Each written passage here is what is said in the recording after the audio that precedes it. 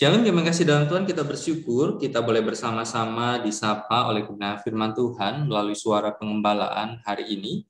Dan topik kita hari ini adalah bagaimana menghadapi perselingkuhan.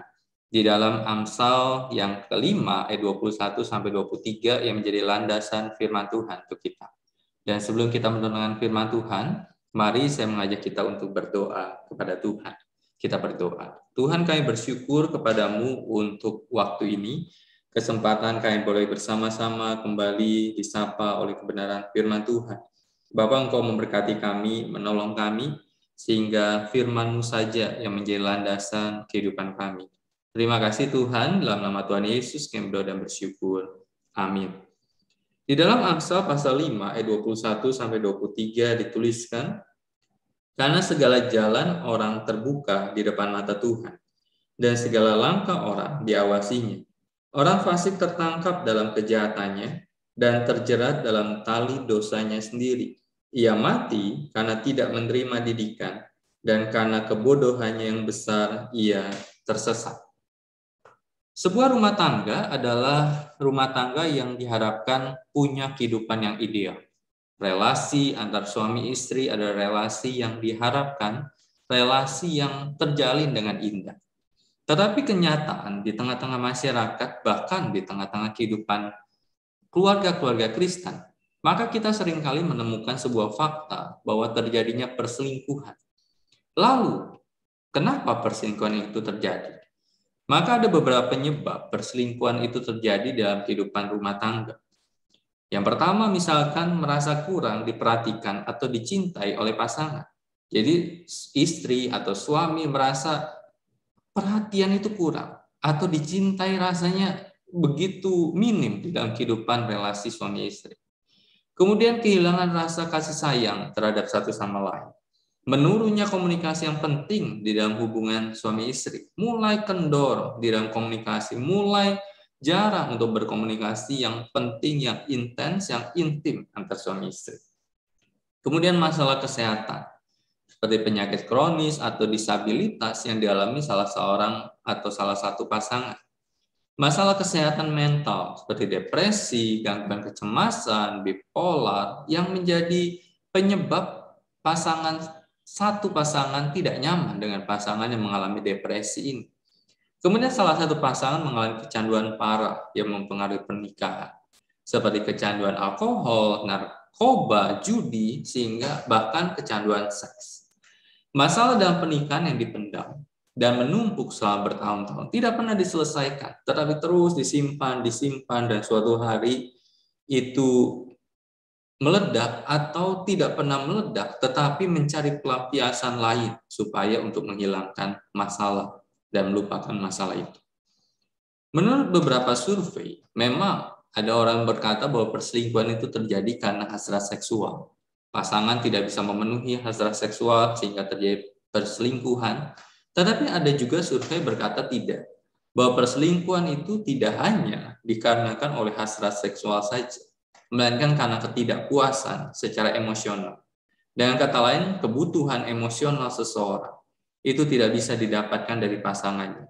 Bisa jadi karena pasangan kurang pengertian atau kurang bisa menghargai usaha dari pasangannya. Di dalam Alkitab itu sebenarnya tidak ada kata perselingkuhan. Kata yang memiliki kesamaan dengan makna selingkuh adalah zina. Dalam konteks Alkitab, zina itu dipakai untuk menunjukkan pelanggaran seksual yang dilakukan seseorang yang sudah menikah.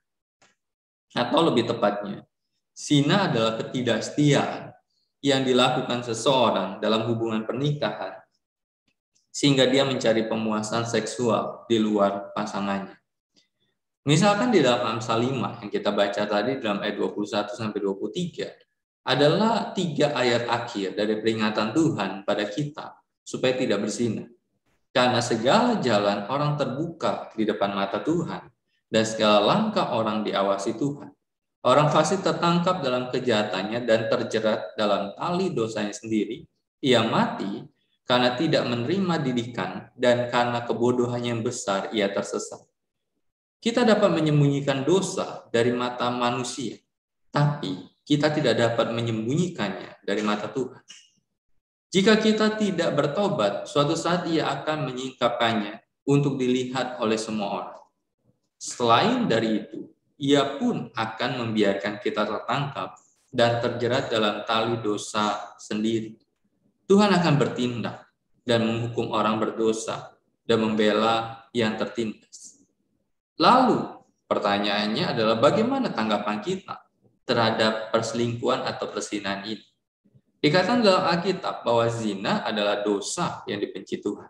Apapun alasannya, tidak puas secara seksual, tidak diperhatikan, kurang komunikasi, atau apapun, tetapi Alkitab secara jelas berkata bahwa zina adalah dosa. Dan dosa itu dibenci oleh Allah. Dan dosa itu bersifat merusak, baik hubungan dalam keluarga ataupun hubungan dengan Allah. Jadi tidak ada perselingkuhan itu yang pasti akan happy ending. Tidak ada perselingkuhan yang pasti tidak akan merusak. Setiap perselingkuhan, setiap dosa, dan salah satunya ada perselingkuhan, itu pasti merusak. Merusak relasi suami istri, merusak relasi orang tua anak, dan bahkan dalam hubungan dengan keluarga, termasuk hubungan dengan Allah. Sebagai umat Kristen, kita harus menjunjung tinggi prinsip dasar pernikahan, yaitu diikat oleh Tuhan, dipersatukan oleh Tuhan, dan hanya bisa dipisahkan ketika maut yang memisahkan. Percayalah bahwa Anda tidak akan mendapat kepuasan dengan Anda berselingkuh. Ketika Anda merasa pasangan kurang komunikasi, ia jalin komunikasi yang baik. Ketika Anda merasa bahwa kurang ada rasa cinta lagi, bangun rasa cinta lagi itu seperti awal Anda mencintai pasangan Anda. Kalau Anda merasa bahwa pasangan Anda banyak kekurangan, lengkapi, bukankah pasangan sebagai pelengkap. Kenapa? Karena perselingkuhan tidak pernah memberikan kepuasan. Hanya orang yang setia terhadap pasangannya yang bisa mendapatkan kepuasan. Karena kepuasan itu berasal dari Tuhan. Tuhan Yesus tolong kita akan berdoa. Tuhan, kami bersyukur kepadamu untuk saat ini. Berkati kami, berkati setiap jemaat Tuhan, di dalam keluarga mereka, di dalam relasi suami istri, biarlah terjadi relasi yang baik, relasi yang sehat, relasi yang berkenan pada Tuhan, dan jauhkan dari keinginan hati untuk selingkuh, tetapi dekatkan keinginan hati untuk setia kepada pasangan. Terima kasih Tuhan, dalam nama Tuhan Yesus kami berdoa. Amin. Tuhan Yesus memberkati kita. Amin.